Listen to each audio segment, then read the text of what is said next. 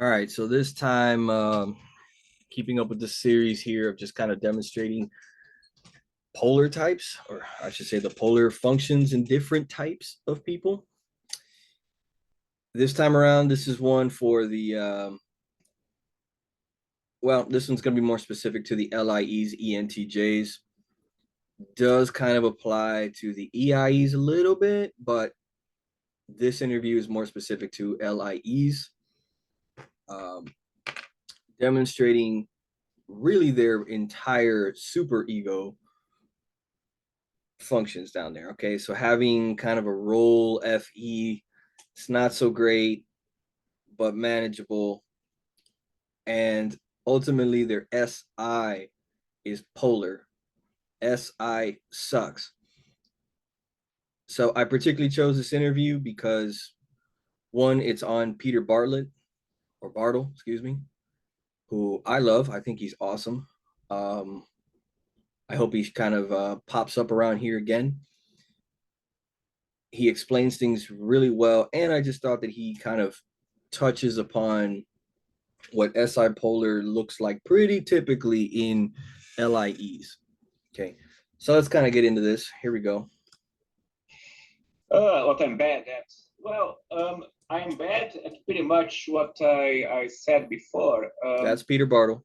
For instance, to cater to the whims of people who are clearly being unreasonable and stupid. Basically, it is my weakness in the case when I work with customers, right? I have no problem working with customers in technical service or support, etc., if they are being at least somewhat reasonable. Yes.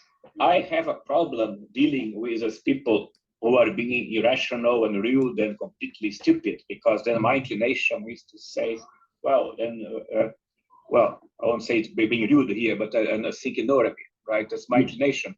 But of course, I know that a strength of people who are truly commercial and sales people is to basically, or politicians, is to tolerate such people. I am very bad at that, because even when I try to tolerate them, I think it's clear that I'm being fake, right? So I am very bad. I think I'm very bad at of hiding my truth opinions, I won't say feelings, my true opinions of people for whom I really have bad opinions about, right? If I don't know them yet, or if it's neutral, I don't have a problem, right? But of course, I tend to be, I tend to give people benefit of the doubt. But if I made my judgment, okay, this person is either stupid or bad or lazy or whatever, or unreasonable, then if I made this judgment, then I'm very bad, and then welcoming this person with open arms and saying, "Oh, well, how are you doing? I'm lovely to see you." Yes. I'm very bad at doing that. It kind of sticks, and you can't quite ameliorate it. Once it's stuck, it's stuck. Yeah, and no, I mean, of course, no. I mean, if obviously I made mistakes, I mean, maybe I judge a person wrong, and after some time, I may realize I misjudged this person, right? But of course, everybody made mistakes. But while I have this judgment, I'm very difficult overruling it. And it sounds stereotypical, but I'm very bad, really very bad at understanding really how some people are affected by things I consider as completely irrelevant and unimportant, right? And by that, I'm in. Okay, let me pause him there, because let me just kind of jump in there for a second. So I would say that for most LIEs, I'm definitely right in there with him. We usually probably don't jump to conclusions that quickly on whether we like or dislike somebody. Our SEFI combination is much lower in our stack, let's call it. So we're not as quick as, let's say, the SEE or the ESIs would be at making judgments on people, whether they like you, don't like you, whatever, right? We're not as quick as that. We can be much more open-minded than they are. But once we kind of get to that point where we start to realize that we don't think that much of you, we're not liking you, it becomes very hard for us to play the FE game, particularly FESI combination, because that's in the super ego for us. We're really not good at that. And that separates the LIE from an ILE, right? Who basically are playing with a lot of the same functions and can look very similar, but they're not quite the same. And one of those major differences is this right here. The ILE tends to not make these kinds of judgments on people, tends to be very open-minded and stay kind of pleasant and open with people and really try to maintain that. Even if the ILE doesn't in fact like you, they try to really maintain that. Their opinion can really fluctuate on a person quite a lot.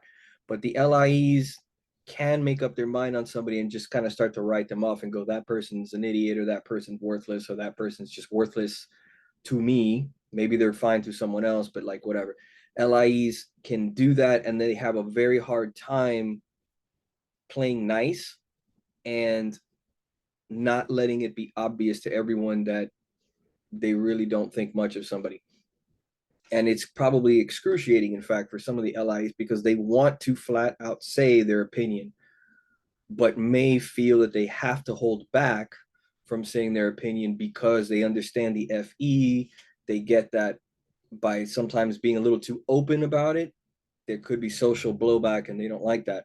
So now they find themselves stuck in this awkward position of, I wish I could say what I think, but I can't because there could be blowback. Right? The ILI, having Polr FE, just doesn't care, and they just say whatever they say, and then there's social blowback, and they might be surprised by that social blowback, or they might just not care at all and be like, who cares? But the LIE doesn't really want that kind of blowback. They're not looking for a fight or trouble necessarily, but they do want to be honest about what they think. Okay, so important piece there. Now he's going to go on into some other important stuff. Like, and okay, it sounds stereotypical, but this is true. Like, for instance, how, okay, I'll give an example, right? So I best explain things. When I was living in South Africa, I was lodging with a guy, and it was a house, quite a nice house, and I had free use of the whole house, and I had my room. My room, I could do whatever I wanted, and that was always okay. But I also like to sit in the main living room, and I would sit by the armchair and reading some books. It was before Kindle or whatever, so it was real books. And I started having, I always read several books at a time. So I was having a pile of books by the chair. And rather than take the books to my room and bring them back to the living room, I started leaving them there because it was because of bringing them to read there. And I'm talking about books, not talking about food remains or something, which of course dirty bother me as well. I'm talking about books. And eventually the guy with whom I was lodging exploded because he was really bothered by the fact that I was reading this pile of books, talking about 5 or 6 books, leaving them in the living room, but there by the chair, which surprised me because first, books are not dirty, and secondly, you can move them in a few seconds, right? And I left them there simply because I said, okay, I'm reading them there anyway. I didn't think it makes sense to bring them back and put them there, but he felt somehow that I was invading his space, so the books were bothering him. So one day he exploded and said, can't you keep this in order or tidy? Why do you have to have these books lying about? And I was shocked that anybody could be bothered by even this slight bit of untidiness, have a few books lying about. When again, I mean, talking about a few books which could be removed at any point. but I do realize that some people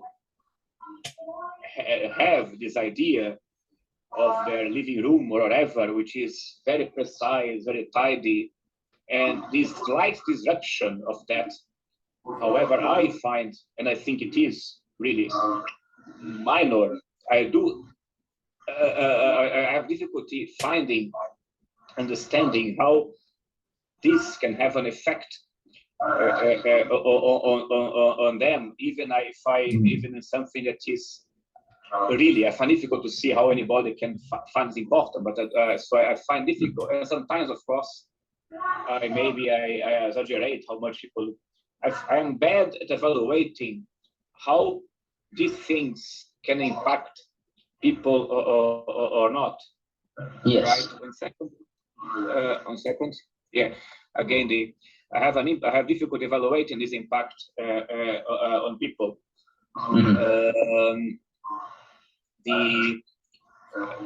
How this kind of detail affect people.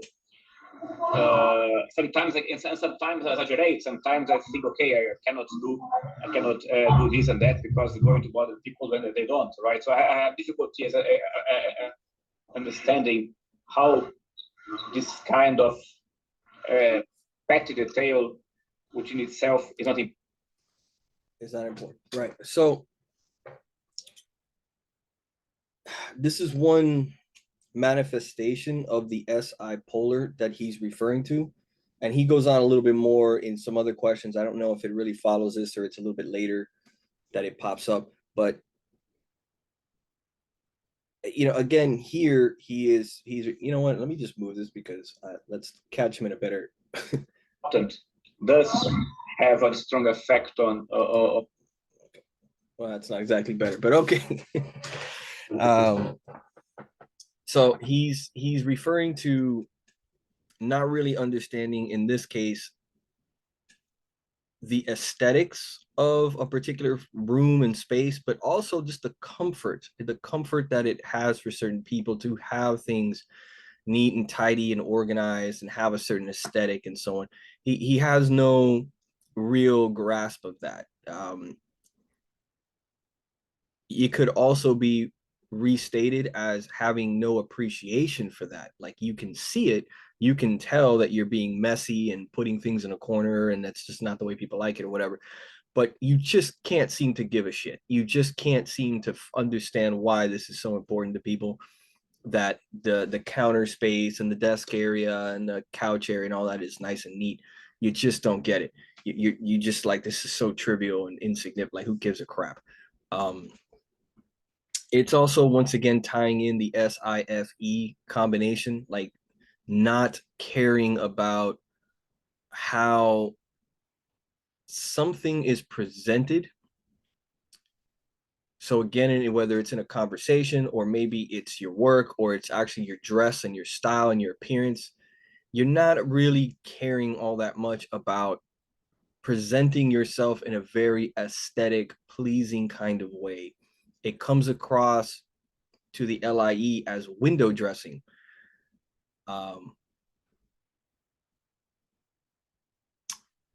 You know what? I'll throw it in here for this moment. So you can take a certain web page, right? You can look around and Google various Socionics web pages, for example, right? And you can have Wikisocion, you can have Sociotype, you can get to the World Socionic Society, you can go find Galinko stuff and humanitarian, you can find stuff like that. If you do the MBTI stuff, same thing, you can find all these things. If you were to look up 16 personalities, in my opinion, Galinko's humanitarian, it looks pretty. It's aesthetically pleasing webpage. Things are nicely mapped and laid out and everything, and pretty colors, and it's very neatly done. But the substance on there becomes questionable. You could look at 16 personalities and it looks cute with the little gimmicks and all that, but little characters and the ESTP, you know, winking at you and all this garbage. But the content itself sucks. So from an LIE's point of view, all they're really caring about is the content. they don't really have much appreciation for the aesthetic stuff of it. So you're quite likely to find LIEs willingly having material work, presentations that they do, whatever, that's kind of aesthetically speaking looks very blah, very bare bones, very just straight to the point, because what they really want is the content. What are you actually saying? What is the information and the quality of that information that's being put out? Everything else is window dressing, and I don't care for window dressing, right? They can have kind of an attitude that comes across like that. So the same goes for being in a room where you're leaving stuff and it's not very tidy and whatever. It's like, who cares? Is it functional? Is it, you know, simple to deal with? That's what matters. Who cares? LIEs just don't appreciate that. It's common for LIEs to, I believe Peter here mentions it at some point, that he's another type to go to the beach and he just can't relax. He has to be reading. He's got to take several books with him. This is very common, where LIs just don't have any appreciation whatsoever for those like calm, refining things in life, resting, sitting on the beach, idle, getting sleep time. That's a common one, that they just don't want to go to sleep. They don't care to go to sleep. They just want to keep doing what they do and wish that they didn't have to sleep. Others who will discuss not caring about food. That's one I can relate to. Like, I cannot for the life of me understand why people love to have conversations about food. They love to discuss which restaurant has this kind of food and how delicious that food is and how amazing this is. Where they make going out to a restaurant and having some kind of a meal like the highlight of the night. And to me, it's like, I cannot for the life of me understand why people give a crap about the quality of food. Like, it's such a treat to indulge themselves in food and things like that, and those sensory little detail pleasures. I don't,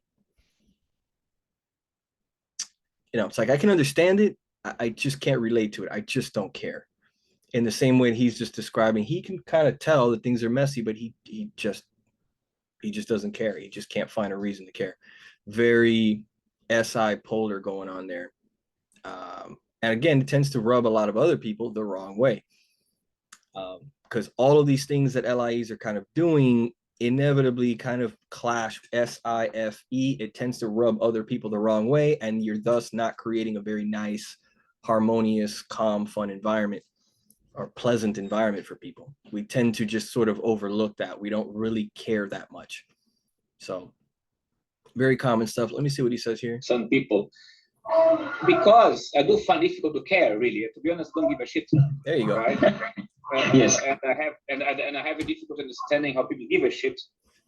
And of course, with Socionics, I can understand, right? But I'm very bad at really understanding kind of effect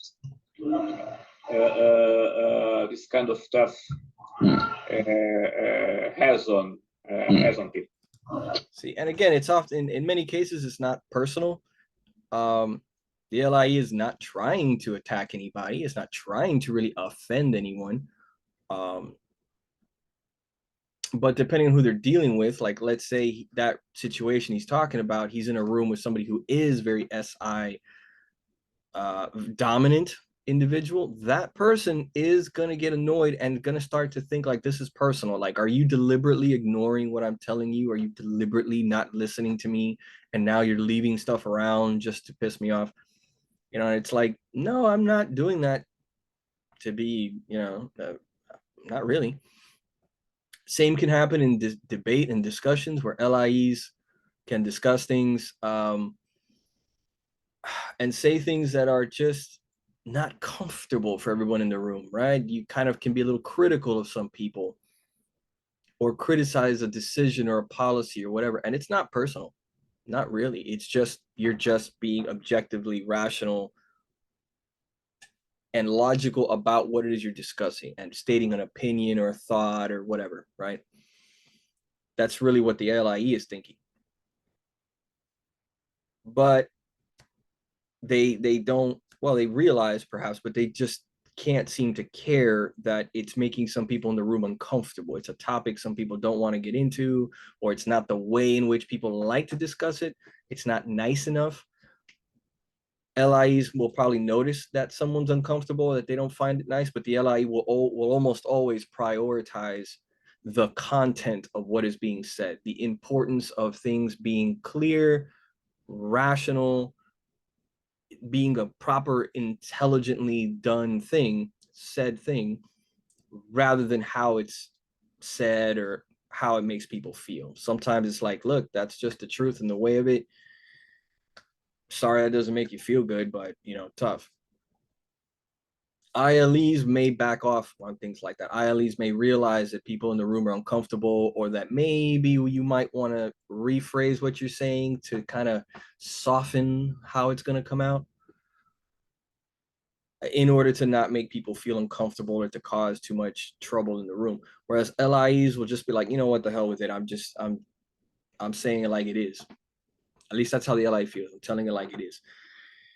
This kind of abrasiveness can make LIEs also appear a little bit like an SLE, ESTP in terms of how they can just be abrasive, be very direct to the point on stuff, and seem a little cold towards people in that sense.